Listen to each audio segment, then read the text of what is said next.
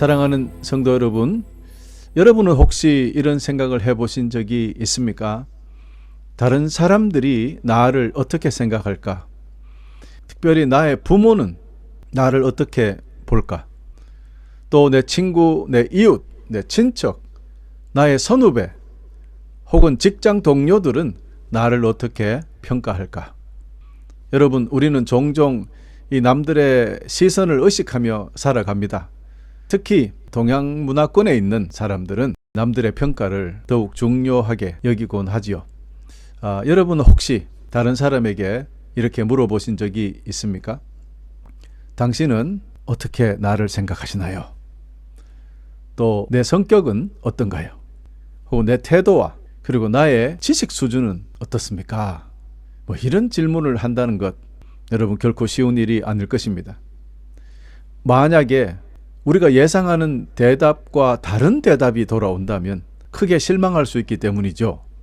하지만 반대로 이런 질문을 자신 있게 던질 수 있는 사람이라면 그만큼 바르고 떳떳하게 살아가고 있다는 뜻이 아니겠습니까? 그렇기에 이러한 질문들을 때때로 부담스럽고 심지어 두렵게 느껴질 수도 있어요. 여러분은 어떻습니까? 다른 사람들이 나를 평가하는 것을 기꺼이 받아들일 수 있습니까? 저 같은 경우는 주의 종된 목사이기 때문에 더욱 신경 쓰일 때가 많습니다. 나를 아는 사람들이 나를 참된 목사로 인정할까? 혹시 사꾼 목자라고 생각하지는 않을까? 이런 고민들 하지 않을 수가 없어요. 그러나 여러분, 이런 우리와 달리 우리 주 예수 그리스도께서는 자신 있게 제자들에게 물으셨어요. 너희는 나를 누구라 하느냐? 예수님께서는 자신에 대한 평가를 두려워하시지 않았습니다. 어떤 방식으로 자신을 확인하고 평가하더라도 주님께서는 모든 면에서 거룩하신 분이셨으니 자신 있게 이 질문을 던질 수 있으셨던 분입니다. 그리고 이 질문을 통해서 주님께서는 제자들에게 자신이 누구신지 더욱 확신하게 되기를 간절히 원하셨던 것입니다. 너희는 나를 누구라 하느냐? 이 주님의 질문에 베드로는 대답합니다.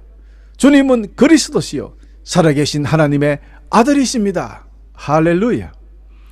그 당시 다른 사람들은 예수님을 세례 요한이라 그랬고, 혹은 엘리야가 다시 살아났다, 예레미야다, 혹은 예언자 중에 그냥 한 사람이다 라고 했지만, 베드로는 단번에 주님은 그리스도시요 살아계신 하나님의 아들이십니다 라고 정답을 주님께 드렸습니다. 또 부활하신 주님을 만난 도마도 이렇게 고백했습니다. 나의 주, 나의 하나님. 할렐루야. 아멘. 여러분, 만약 지금 주님께서 같은 질문을 하신다면 여러분은 어떻게 대답하시겠습니까? 남들이 우리를 평가하는 것을 듣는 것도 쉽지 않지만 우리가 상대방을 평가하는 일, 이것도 쉽지 않은 일이에요. 더군다나 우리가 누구라고 감히 주님을 평가할 수 있습니까? 단순히 교리적인 지식을 나열하거나 과거에 들었던 설교 내용을 짜집기 해서 이야기한다고 그게 충분할까요? 아닙니다. 주님이 그리스도요 하나님의 아들이시며 우리의 주님이고 하나님이심을 인정하고 믿는다면 우리의 고백뿐만이 아니라 우리의 마음과 삶을 통해서 그 믿음이 증거로 드러나야 하기 때문입니다. 말은 나의 주, 나의 하나님이라 그랬는데 우리 삶은 그분과 전혀 관계없이 산다면 그 고백은 잘못된 것이기 때문입니다. 우리의 신앙의 향기로운 열매로 고백이 드러나야 됩니다. 열매로 맺혀야 된다는 뜻이 되겠습니다. 사랑하는 교우 여러분, 우리가 믿음을 굳게 세우기 위해서 우리는 원래 초부터 지난 주일까지 우리 주님께서 친히 밝혀주신 7가지 나는 무엇이다, 이 선언 말입니다. 7 I am statement 함께 묵상해 왔습니다. 나는 생명의 빵이다. 나는 세상의 빛이다. 나는 양의 문이다. 나는 선한 목자다. 나는 부활이요 생명이다. 나는 길이요 진리요 생명이다. 나는 참 포도나무다. 할렐루야. 여러분, 주님께서 이처럼 자신을 7번씩이나 밝히신 이유가 무엇일까요?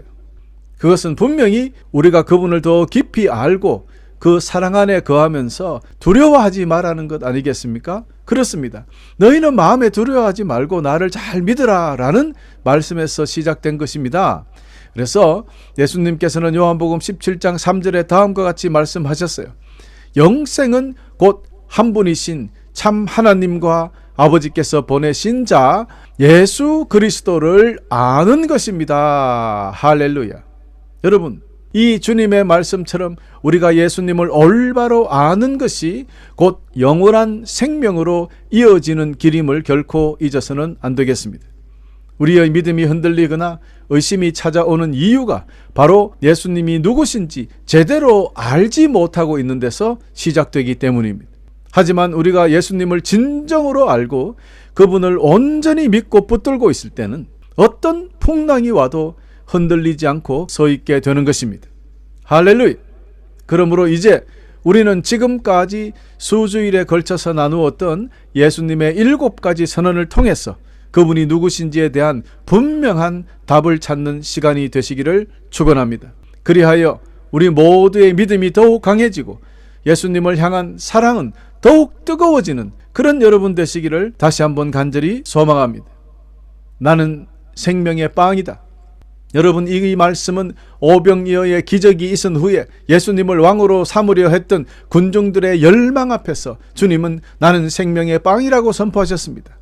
이는 곧 육신의 굶주림을 채우는 빵이 아니라 영원한 생명을 위한 영적인 양식임을 강조하셨던 것입니다. 광야에서 만나를 먹고도 죽었던 이스라엘 백성들처럼 육신의 빵으로는 진정한 만족을 얻을 수 없습니다. 예수님은 영원한 생명을 갈망하는 우리에게 참된 양식이 되어주신 분이십니다. 두 번째, 나는 생명의 빛이라 그랬잖아요. 이 말씀은 초막절 절기 때 하신 말씀인데요. 초막절은 이스라엘 백성들이 출애굽 광야에서 40년 동안 초막에서 생활했던 것을 기념하는 절기입니다. 광야 생활 동안에 하나님께서 이스라엘 백성을 보호하시고 인도하셨음을 기억하고 동시에 수확의 기쁨을 나누는 축제였습니다.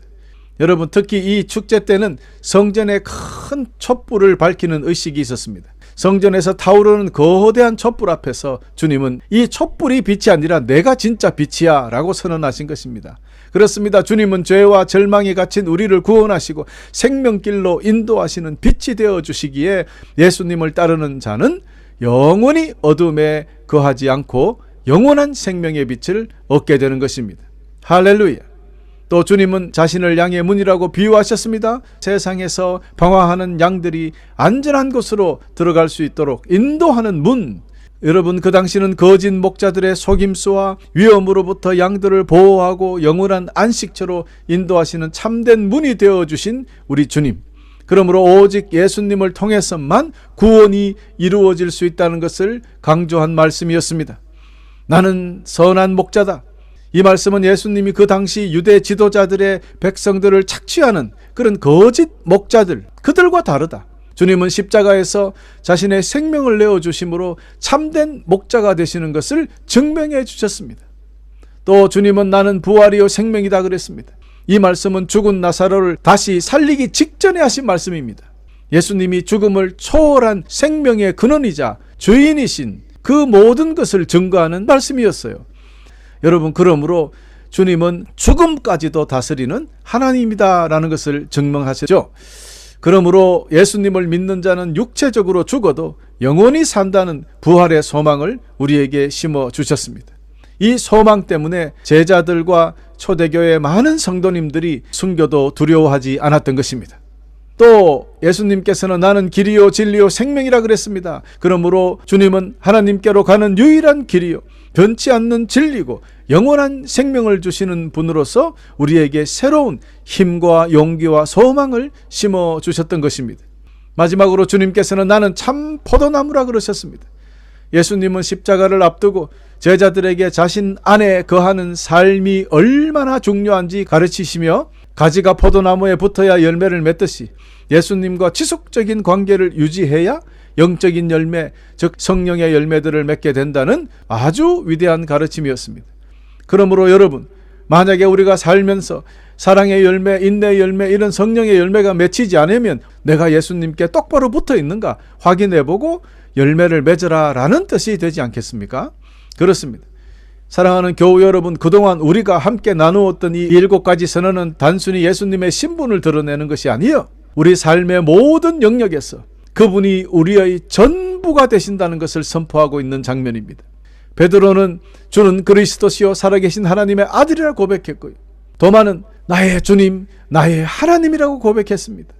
여러분, 각자의 고백이 있기를 오늘 이 시간 간절히 축원합니다. 주님 없이는 참된 양식도, 참된 빛도, 참된 길도 없습니다. 주님 없이는 우리의 생명도, 보호도, 소망도 없습니다. 때로는 광야 같은 우리 인생길에서 방황하고 배고픔과 목마름을 느끼며 어둠 속에서 길을 잃고 때로는 쓰러지고 절망할 때도 있습니다. 그러나 그럴 때마다 이제는 예수님이 누구신지 기억하시기를 바랍니다.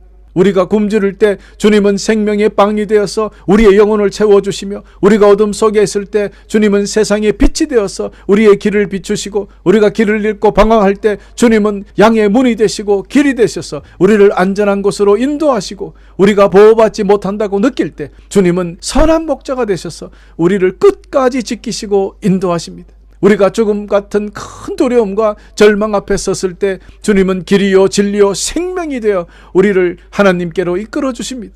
열매 없는 삶을 살아가고 있을 때 주님은 참 포도나무가 되어 우리에게 풍성한 열매를 맺게 하시는 분이십니다. 할렐루야! 이처럼 우리 주 예수 그리스도께서는 우리의 전부가 되시는 분이시다. 여러분 기억하시기를 바랍니다. 우리 삶의 모든 영역에서 그 모든 것을 채울 수 있는 유일한 분이 되신다는 것입니다. 주님은 우리의 부족함을 채우시고, 우리의 연약함을 강하게 하시고, 우리의 절망을 소망으로 바꾸시는 분이시기 때문입니다. 그러므로 그분은 우리 삶의 목적이 되시고, 우리의 기쁨이 되시고, 우리의 영원한 안식이 되십니다. 사랑하는 성도 여러분, 너희는 나를 누구라 하느냐?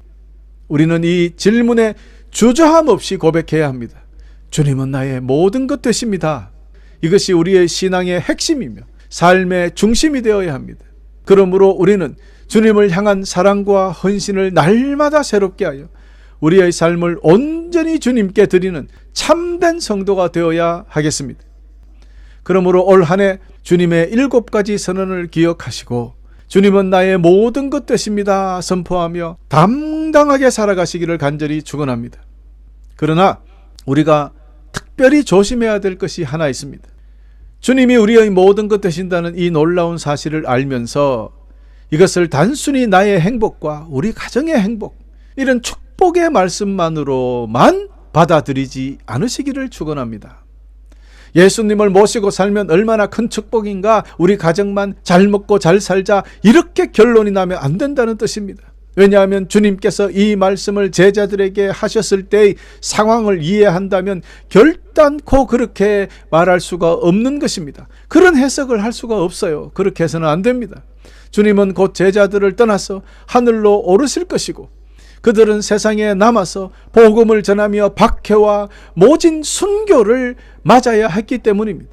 잡히시기 전 제자들의 발을 씻기시면서 무슨 생각을 하셨을까요? 이 제자의 발을 씻기면서 너는 끓는 물에 순교를 당하게 되겠구나.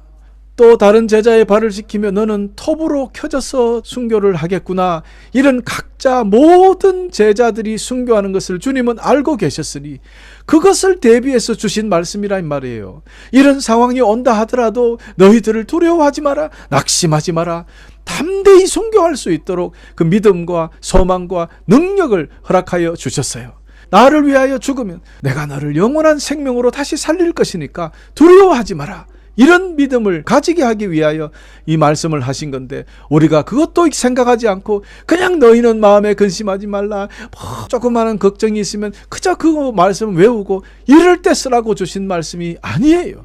물론 우리가 세상을 살면서 힘들고 어려울 때 그 말씀으로 은혜 받아도 좋아요. 그러나 결국에는 주님의 뜻을 따르며 복음을 전하는 참된 성도들에게 주시는 위로와 격려의 말씀이 된다라는 것을 잊지 마십시오. 물론 여러분, 모든 것 되시는 주님을 모시면서 이 세상에서 육신이 잘 사는 것도 중요합니다. 제가 그것을 무시하는 것이 아니에요.